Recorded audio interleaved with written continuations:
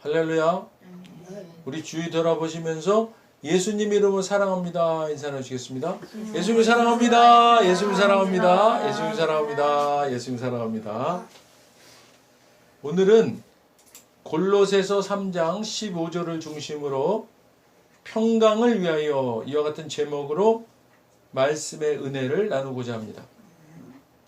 평강이란 국어사전적으로는 걱정이나 탈이 없는 상태를 말합니다. 성경에서는 구약에서는 히브리어로 샬롬, 신약에서는 헬라어로 에이레네라고 합니다. 구약 샬롬은 주로 번영, 물질의 복, 건강 등 외적 행복의 의미로 많이 사용되었습니다. 그러나 신약 에이레네는 마음에 근심이 없는 평온한 상태 등 내적 의미로 사용되었습니다. 사랑하는 여러분, 저와 여러분은 구약의 율법 아래에 있던 자에서 믿음으로 구원받아 신약의 은혜 아래에 있는 하나님 나라 백성이요 하나님의 자녀된 자들입니다. 믿으시면 우리 다시 한번 크게 아멘 하십시오. 아멘. 저와 여러분에게 평강이란 어떤 것입니까? 과연 우리에게 평강은 있는 것입니까? 사랑하는 여러분, 평안하시죠? 역으로 우리가 어떨 때 평강이 깨집니까? 자, 앞에서도 설명드렸듯이 구약의 평강의 의미는 번영, 물질의 복, 건강 등 외적 행복의 의미로 많이 사용되었다고 말씀드렸습니다. 저와 여러분이 만약 우리의 평강이 물질적인 것, 건강 등의 외적인 요인들에 의해 깨지는 적이 많다면 저와 여러분은 아직도 구약에 머무르고 있는 것은 아닐까요? 우리는 분명 은혜의 믿음으로 구원받아 신약의 은혜 아래에 있는 성도들입니다. 신약에서의 평강은 마음에 근심이 없는 평온한 상태 등 내적 의미로 사용하고 있습니다. 사랑하는 여러분, 마음에 근심이 없고 평온하십니까? 오직 우리를 구원하신 예수 그리스도로 말미암아 마음에 근심이 없고 평온한 상태. 이것이 신약에서 말씀하고 있는 평안, 평화, 평온, 평강입니다.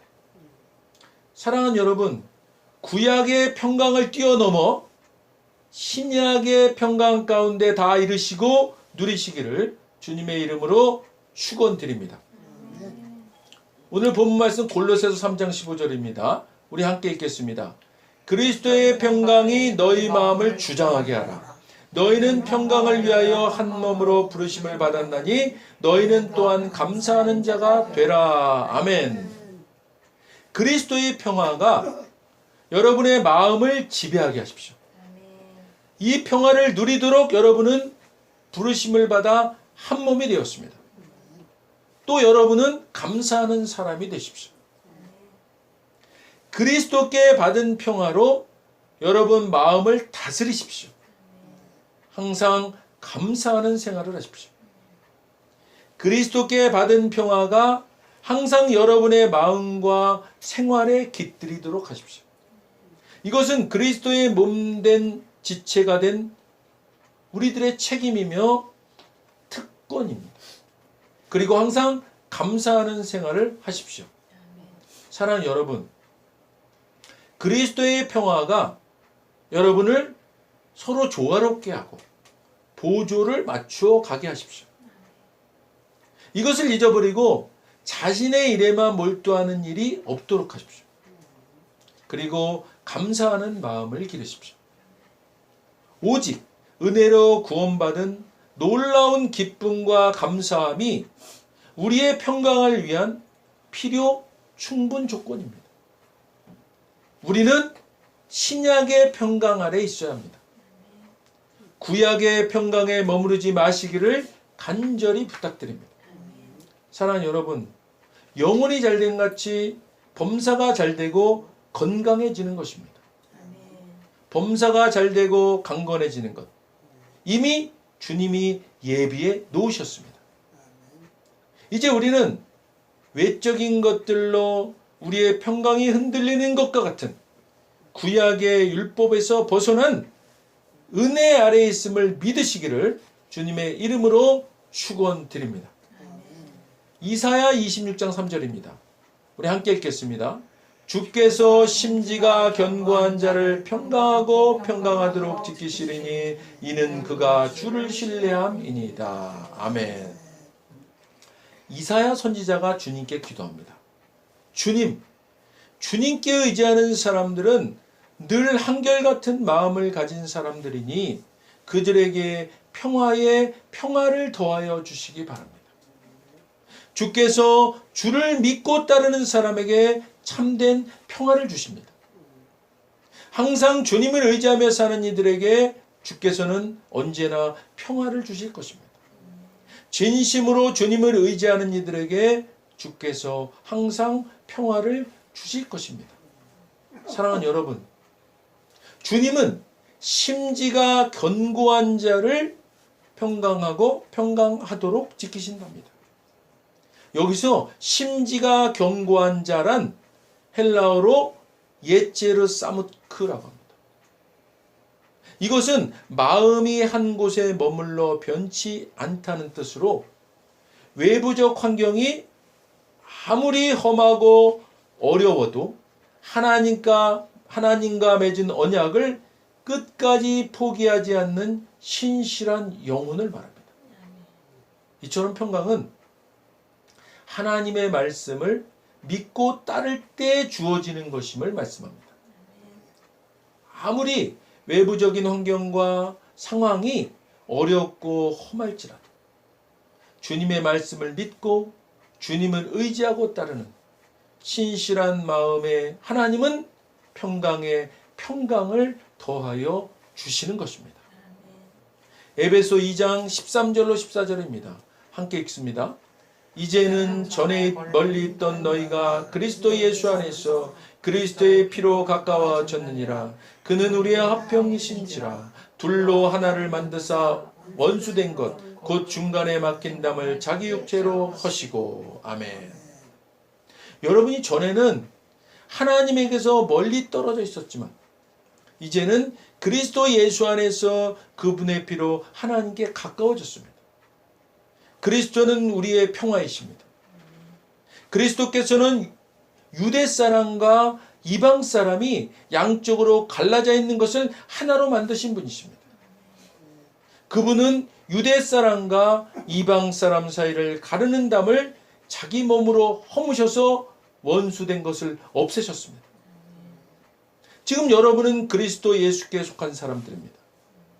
비록 전에는 하나님과 멀리 떨어져 있었지만 그리스도 예수께서 피를 흘려 이루신 그 구원의 성업으로 이제는 하나님과 가까워졌습니다. 그리스도는 우리의 평화이십니다. 그분은 유대 사람과 이방 사람들을 한 가족으로 만들고 우리 사이를 갈라놓았던 벽을 허물어뜨리셨습니다. 사랑하는 여러분, 예수 그리스도인의 우리는 하나가 되었습니다.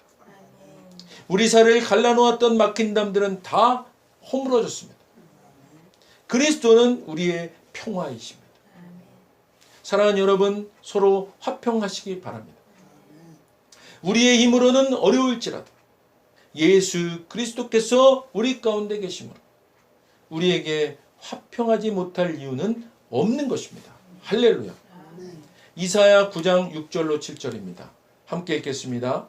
이는 한 아기가 우리에게 낳고 한 아들을 우리에게 주신 바 되었는데 그의 어깨에는 정사를 메었고 그의 이름은 기묘자라. 모사라 전능하신 하나님이라. 영존하시는 아버지라. 평강의 왕이라 할 것임이라. 그 정사와 평강의 더함이 무궁하며 또 다윗의 왕자와 그의 나라에 군림하여 그 나라를 굳게 세우고 지금 이후로 영원히 정의와 공의로 그것을 보존하실 것이라. 만군의 여호와의 열심히 이를 이루시리라. 아멘. 한 아기가 우리를 위해 태어나셨습니다. 우리가 한 아들을 모셨습니다. 그는 우리의 통치자가 될 것입니다. 그의 이름은 놀라우신 조언자, 전능하신 하나님, 영존하신 아버지, 평화의 왕이라고 불릴 것입니다. 그의 왕권은 점점 더 커지고 나라의 평화도 끝없이 이어질 것입니다. 그가 다윗의 보좌와 왕국 위에 앉아서 이제부터 영원히 공평과 정의로 그 나라를 굳게 세울 것입니다. 만군의 주님의 열심히 이것을 반드시 이루실 것입니다. 구약의 이사야서에 예언된 아기 예수님이 우리 가운데 오셨습니다.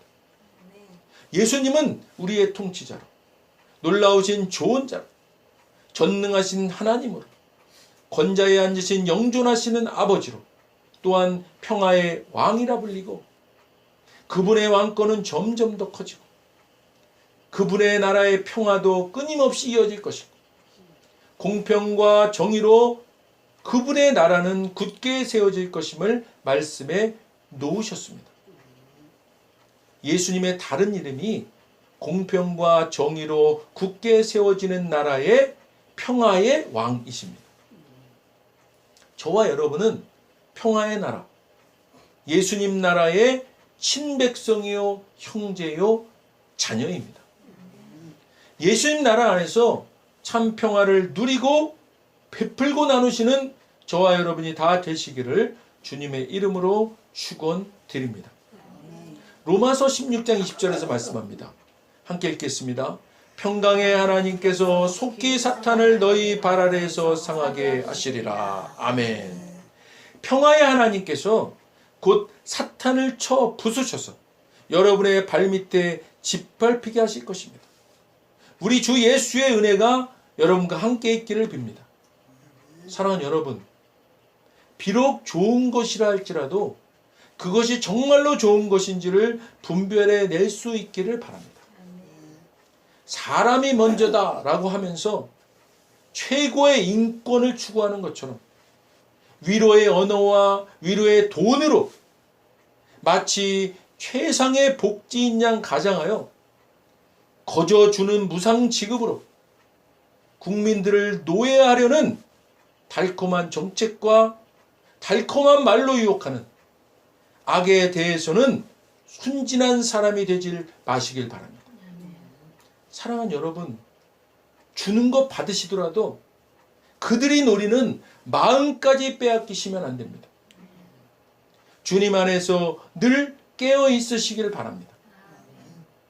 그러면 어느새 평강의 하나님께서 두 발로 악한 사탄 마귀를 땅바닥에 짓밟아 짓이겨 주실 것입니다.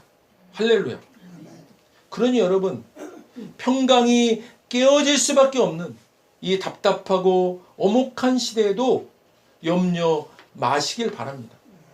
사탄과 사탄에 사로잡힌 악한 자들은 주님이 심판하실 겁니다.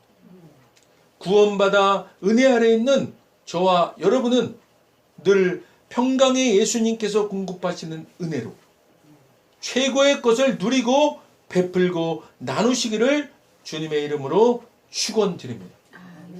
이사야 26장 12절입니다. 함께 읽겠습니다. 여호와여, 주께서 우리를 위하여 평강을 베푸시오니 주께서 우리의 모든 일도 우리를 위하여 이루심이니이다. 아멘. 주님께서 우리에게 평화를 주실 것을 확신합니다. 우리가 성취한 모든 일은 모두 주님께서 우리에게 하여 주신 것입니다. 주께서 우리를 위해 평강을 예배하실 것이니 참으로 주님께서는 우리의 모든 일도 우리를 위해 하셨습니다. 구약의 이사야 선지자가 평화의 하나님께 기도한 것과 같이 우리도 이렇게 기도하기를 원합니다. 하나님, 우리가 평화롭고 온전한 삶을 살 수 있게 도와주시옵소서. 우리가 성취한 모든 일들은 모두 주님께서 우리를 위해 행하신 일들임을 고백합니다. 오직 주님께만 영광 돌립니다. 주님만이 우리의 주인이십니다. 할렐루야. 빌립보서 4장 9절입니다. 함께 읽겠습니다. 너희는 내게 배우고 받고 듣고 본 바를 행하라. 그리하면 평강의 하나님이 너희와 함께 계시리라. 아멘. 사도 바울이 빌립보 교인들에게 말합니다. 여러분은 나에게서 배운 것과 받은 것과 듣고 본 것들을 실천하십시오. 그리하면 평화의 하나님께서 여러분과 함께 하실 것입니다. 사도 바울은요, 감옥에서 빌립보 교인들에게 행복에 차서 편지를 보냅니다. 그는 그가 처한 환경과는 상관없이 기쁨에 젖어 사랑하는 교인들에게 기쁨을 전합니다. 감옥에서 행복에 차서, 기쁨에 차서 편지를 쓰고 있는 겁니다. 사도 바울의 기쁨과 행복의 원천은 무엇입니까? 바로 평강의 하나님이 함께 하신다는 믿음과 확신과 동행입니다. 사랑하는 여러분, 평강은 하나님이 함께 하신다는 실존하는 믿음입니다. 지식으로만 알고 있는 평화의 하나님이 아닌 것입니다. 바울과 같이 실제로 감옥에 있는 그런 극한 어려움 가운데서도 누릴 수 있는 믿음입니다. 로마서 5장 2절입니다. 함께 읽겠습니다. 또한 그로 말미암아 우리가 믿음으로 서 있는 이 은혜에 들어감을 얻었으며 하나님의 영광을 바라고 즐거워하느니라. 아멘. 우리는 또한 그리스도로 말미암아 지금 서 있는 이 은혜의 자리에 믿음으로 나아오게 되었으며 하나님의 영광에 이르기를 소망을 품고 자랑을 합니다. 예수 그리스도에 의해서 또 믿음으로 우리는 지금 우리가 서 있는 이 은혜의 자리에 들어와 있습니다. 그리고 하나님의 영광을 소망하며 즐거워합니다. 사랑하는 여러분, 다시 한번 강조해서 말씀드립니다. 저와 여러분이 참 평강과 기쁨과 즐거움 가운데 있을 수 있는 것, 바로 평강의 하나님을 바라고 믿고 그 안에 들어가 거하는 것입니다.